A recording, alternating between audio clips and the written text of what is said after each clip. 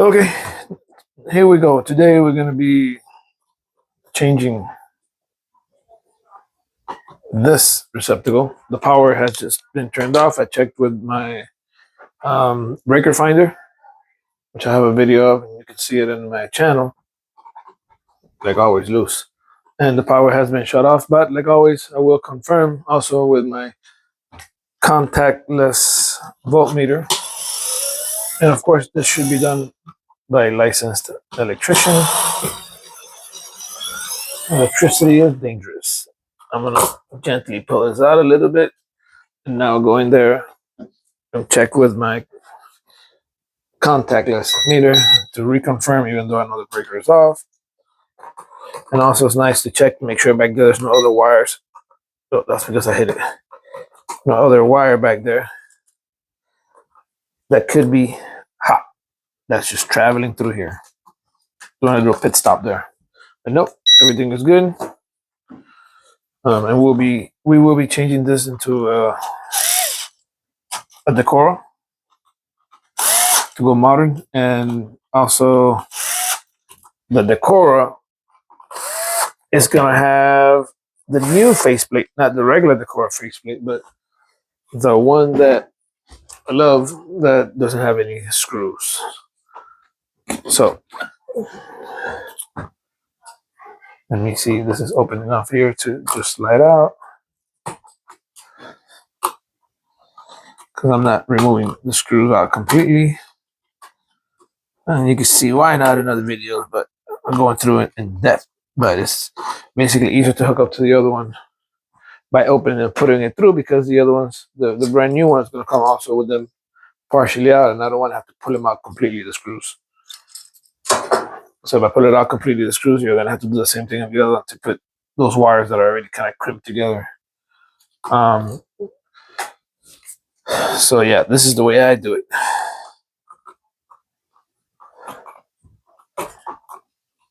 That one out of there.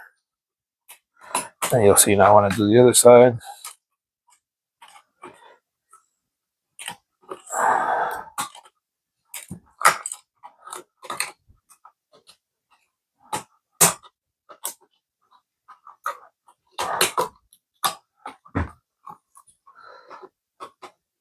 Put that little leg around there.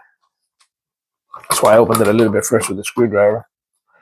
You see this one's big enough. Almost a little bit more. And there we go. Now to put it back, black is hot in this case. It normally should be, and it will go here where it says hot, which is the gold, which is the little leg. So the little leg, spade, gold, and the back will say hot. Those two things. So there's 3 ways to know which one's which. There we go. Squeeze this back the way it was, the cable holding it together here. So you can wrap around that bolt. Got the next one. Let me straighten this out a little bit, the back end of it. Same thing here. We're gonna squish.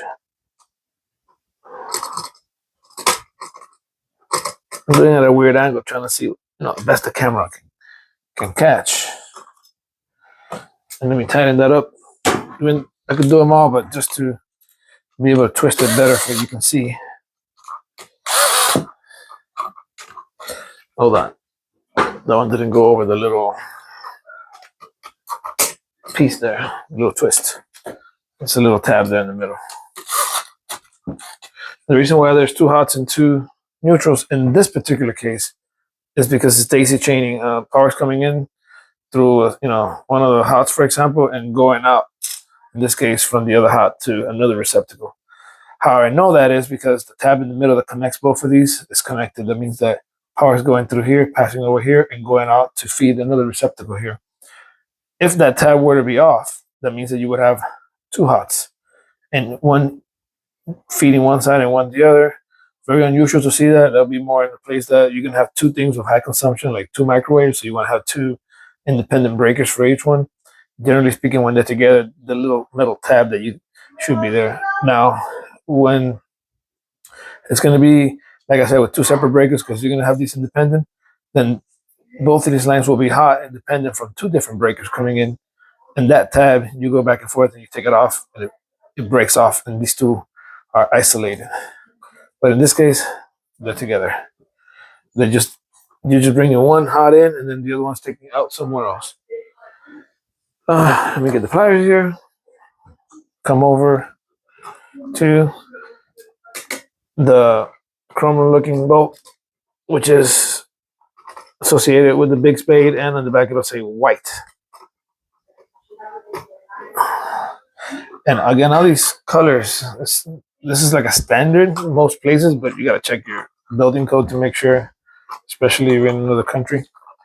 But things change from place to place. But here it's white neutral, black hot. Now, even here, with that said, sometimes they'll use red for hot because there's two hots coming in, for example, to identify which one's which. So there's different things. So you have to know what you're doing. And at a minimum, have knowledge of how to use a voltmeter to verify which one's bringing in the power if you're not sure. In this case, it's simple because, like I said, the tab is there and you know that they're both just doing a daisy chain between each other. But in other cases that you need to identify what's what, you need to know what you're doing. Let me tighten this up. Saying something, I forgot my train of thought.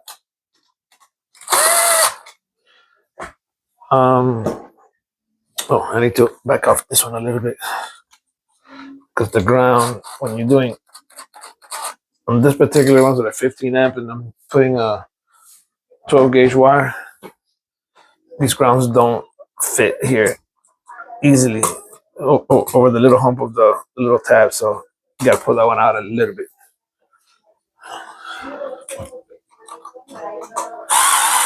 And like always, I use Robertson head. I don't like using Phillip or flathead. These screws are awesome on all these receptacles. I have all three versions. Let me tighten this up by hand. So these screws you could use flathead, which I don't like, slips out to the side. Phillip, I don't like since it's conical. If you don't give it a lot of pressure, Phillip jumps, and that's how come you mess up the thread on Phillips all the time. Robertson, which is my favorite. It's a square that goes inside a square, so this it's locked in. So there's no way anything goes wrong there. Pretty much, it's the best one of all, in my humble opinion. Now, this one, because it's daisy chaining somewhere else, and the angle that they're bringing into both Romex, when I took that out, I noticed there was a lot of tension. And what that means is that it's hard to push it now straight. Because I can just force it with the screw in.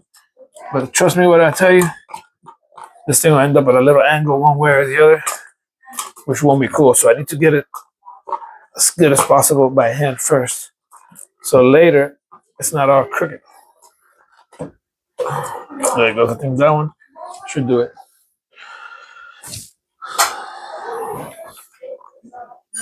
Let's go here. Start it. Start this one. And you can check in my other videos what I'm talking about that. These things, because of the wires in the back and the tension, even though you screw it in, you think it's even. Remember, the screw's in the middle. And in the middle, it's not like one screw on each side. So it could flex one way or the other due to the tension of the wires behind it. Which it might, even after everything I did right now here, it might still also give me some flex to the side deflection there, which I'm seeing some even already. And most people don't care about this, by the way. This is just me being extra. Let me go back and push this over some.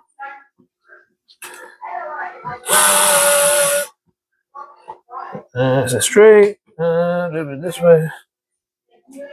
I like perfection. And this is a weird video in the sense that I'm doing it in the darkness.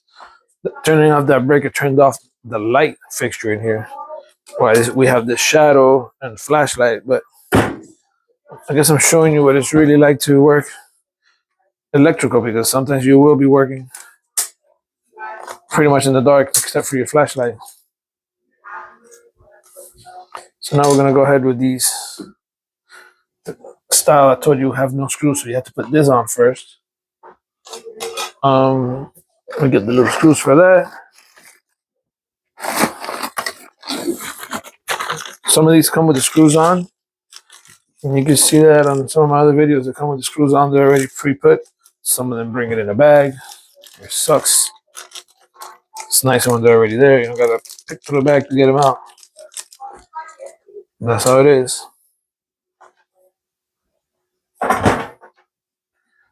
Now let me swap over. By the way, I gotta put a link in the bottom. I have to put one my favorite screwdriver here. I know it's not one of those 20 or 30 things in one. It's simple, 11 in one. But like if I stated in one of my other videos, it's the 11 one things that you actually need. Because there's two Robertson sizes, the one for all these screws that I use there. Number one, number two. One is for here, and the other one is for your breaker. To put the bolts in the breaker, that's the number two. Here's the number one. Then it has 1 and 2 for Philip, 1 and 2. You know, the sizes 1 and 2 for also flathead. Most common, a T25. But what I love about it, and this is why it's my favorite, and I love to brag about it, is that you remove all this and you have nut drivers, 3/8, 5/16, and a 1/4 inch. Because you flip on the other side, it has another side. Besides, obviously, the tips I mentioned. And then here, I forgot to mention, I think this one's like 1/2 inch and a 1/4 inch. So I love it. When you put this covers on, make sure always the openings are to the bottom. Some have 2, some have 1 in the middle. You don't want it to the top because it's going to look ugly, you know? Now, here's what's happening here that I'm already not going to like. This one is smaller than what was here before. Was not a standard one. Hence, I'm going to have to take that off and get me one of a little bit oversized. It's like 3 measurements that I'm aware of. So I'm going to have to find now. I have here the one that's 1 step bigger, and there's even one that's like jumbo. But let me stop this and come back. Okay, so I got my bigger one, the next size up, which I have.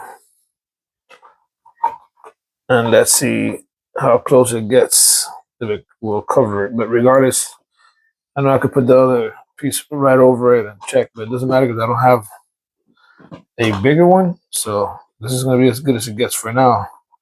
It doesn't work, which I'm thinking it's not, because that other piece doesn't go too much more past the perimeter of this piece here.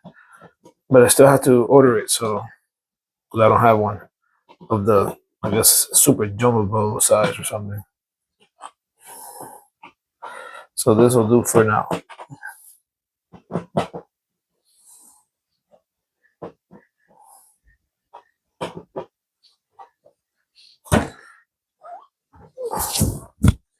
Let's see. Okay.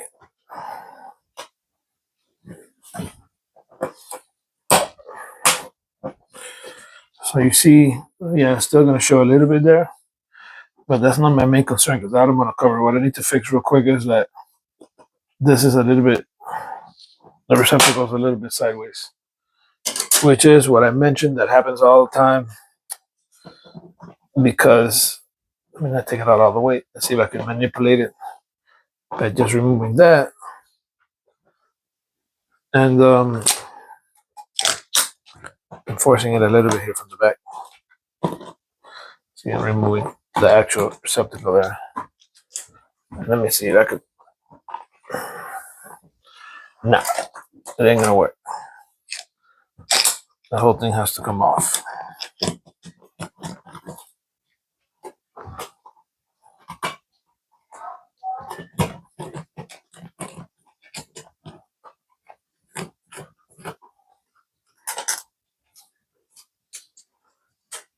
All right, so that's what those wires do, all that tension. I might be able to get away with not taking it out all the way and just flexing it. But I'm gonna do it with the drill because it takes too long by hand.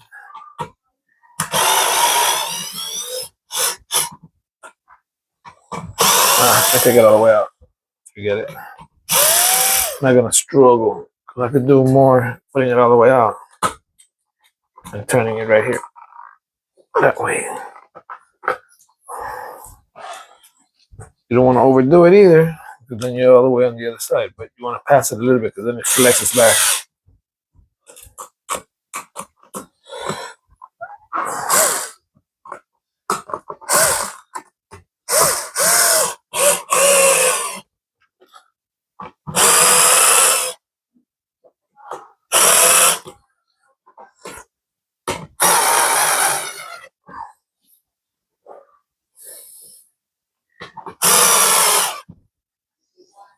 Now it's looking better.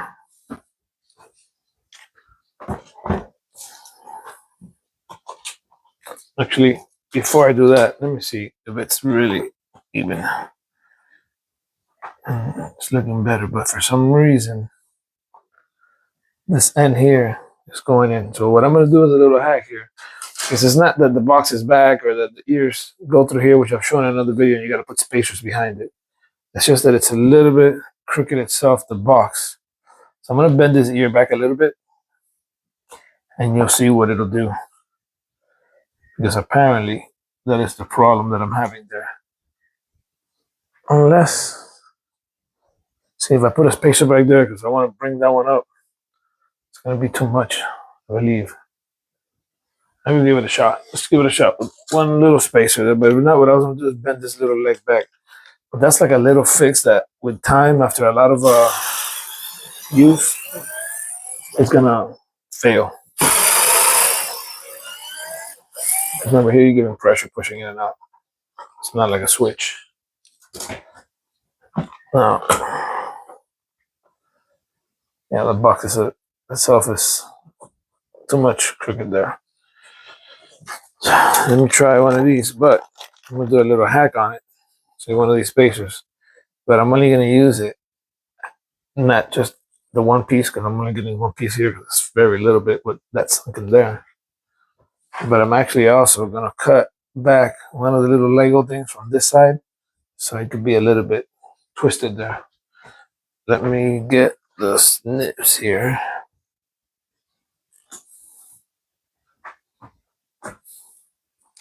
I'm cutting off a piece here as close as I can.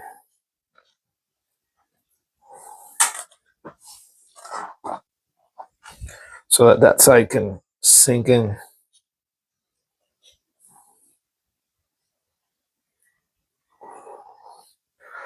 I'd have to get some, doing this at an angle, because it'd be nice to shave some off of this here too, because, yeah. And on the opposite side of the Lego too. See if this helps.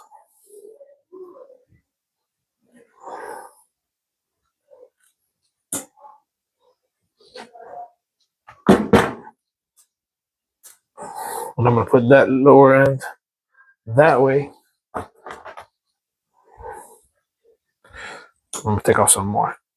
I think the more the better there.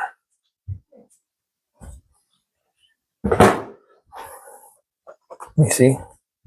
I made it short that side. I took off the Lego from that side altogether. Let's see if this helps.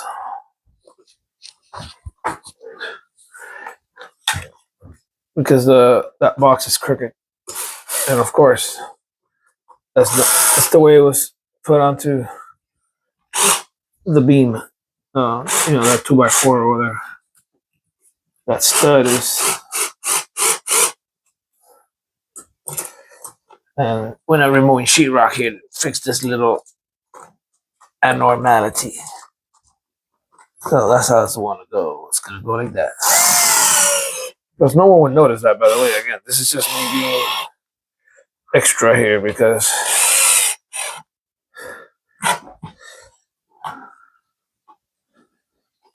it's incredible. But it's still got an angle that you can even see this little leg popping out. And no one will notice that. Especially, this isn't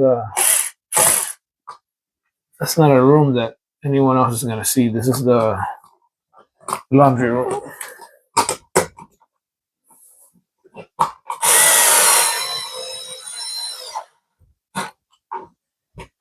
push that even more to this side. And it looks flush. Okay, so let's go ahead. I had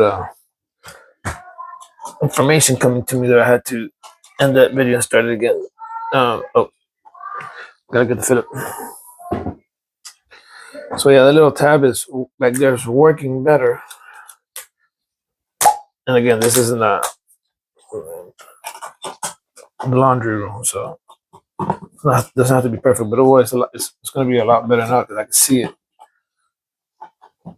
But looking at it, I don't see that curve that it had. So the only thing I have to do is replace and get a new one of these in jumbo.